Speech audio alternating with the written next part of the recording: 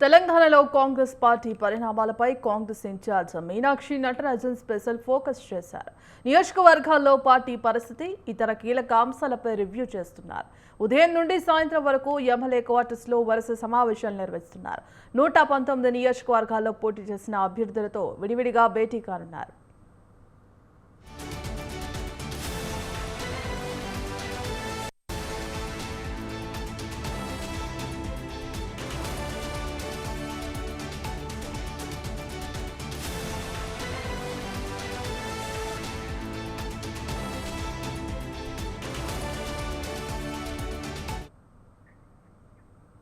Parliament నియోజకవర్గాల వారీగా సమీక్ష సమావేశం నిర్వహించనున్నారు. నేడు ఆదిలాబాద్, పెద్దపల్లి, కరీంనగర్, నిజామాబాద్, జహీరాబాద్, మెదక్, మల్కాజ్గిరి పార్లమెంటు పరిధిలోని అభ్యర్థులతో భేటీ కానున్నారు.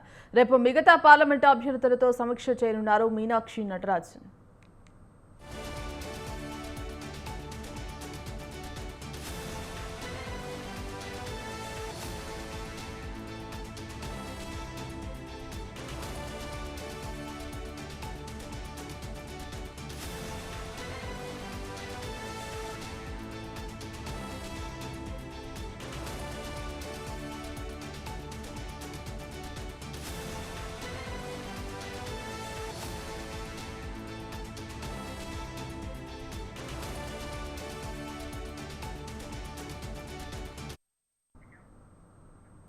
తెలంగాణలో కాంగ్రెస్ పార్టీ పరిణామాలపై Congress incharge Meenakshi Natarajan special focus చేశారు. ఇక ఈ నేపథ్యంలో నియోజకవర్గాల వారీగా పార్టీ పరిస్థితి, ఇతర కీలక అంశాలపై రివ్యూ చేస్తున్నారు. ఇక ఉదయం నుండి సాయంత్రం వరకు కూడా ఎమ్మెల్యే క్వార్టర్స్లో వరుస సమావేశాలు నిర్వహిస్తున్నారు.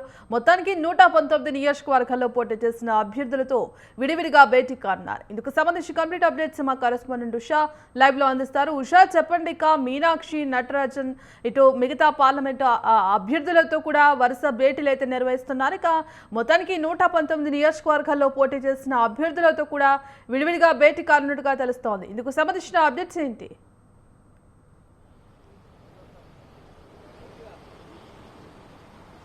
భాగ్యశ్రీ, ఇప్పటికే కాంగ్రెస్ వ్యవహారాల ఇన్ఛార్జ్ మీనాక్షి నటరాజన్ 11 గంటల సమయంలో ఎమ్మెల్యే క్వార్టర్స్ కి చేరుకున్నారు. ప్రస్తుతం అయితే ఎమ్మెల్యేలందరూ ఇప్పటికే చూసుకున్నట్టయితే ఆదిలాబాదు, కొత్తపల్లి, అలాగే నిజామాబాదు, కరీంనగర్, మెదక్, అలాగే మల్కాజ్గిరి ఈ మొత్తం జిల్లాల వారీగా ఉన్నటువంటి ఎమ్మెల్యేలందరితో కూడా ఆమె సంప్రదింపులు చేస్తున్నారు. ప్రస్తుతం కార్యకర్తలతో పాటు గెలిచిన ఓడిన ఎవరైతే ఉన్నారో కాంగ్రెస్ కి సంబంధించినటువంటి అనురాయులుగా ఉన్నటువంటి వ్యక్తులు ఎవరెవరైతే ఉన్నారో వారందరితో కూడా సంప్రదింపులు చేస్తున్నారు. ప్రస్తుతం ఎమ్మెల్యేలందరూ కూడా, ఈ జిల్లాల ఎమ్మెల్యేలందరూ కూడా కాసేపటి క్రితమే మీనాక్షి నటరాజన్ చేరుకునే ముందే చేరుకున్నట్టుగా తెలుస్తోంది. ప్రస్తుతం మీనాక్షి నటరాజన్ ఉదయం నుంచి ఏదైతే ఈ 2 రోజుల పర్యటనలో భాగంగా 30వ తారీఖున కేబినెట్ విస్తరణకు సంబంధించి కూడా తుది నివేదిక ఇవ్వాల్సిందిగా ఉంది. కాబట్టి ఈ నేపథ్యంలోనే మొత్తం ఫీడ్బ్యాక్ మొత్తం కూడా జిల్లాల వారీగా ఉన్నటువంటి మంత్రులు, అలాగే కార్యకర్తలు, అలాగే పార్టీకి ఇప్పటికే చూసుకున్నట్టయితే సంస్థాగత ఎన్నికలకి సంబంధించి కావచ్చు, రాబోయేటటువంటి ఎన్నికలకు సంబంధించి కావచ్చు, ప్రతి ఎన్నికలకి సంబంధించి కూడా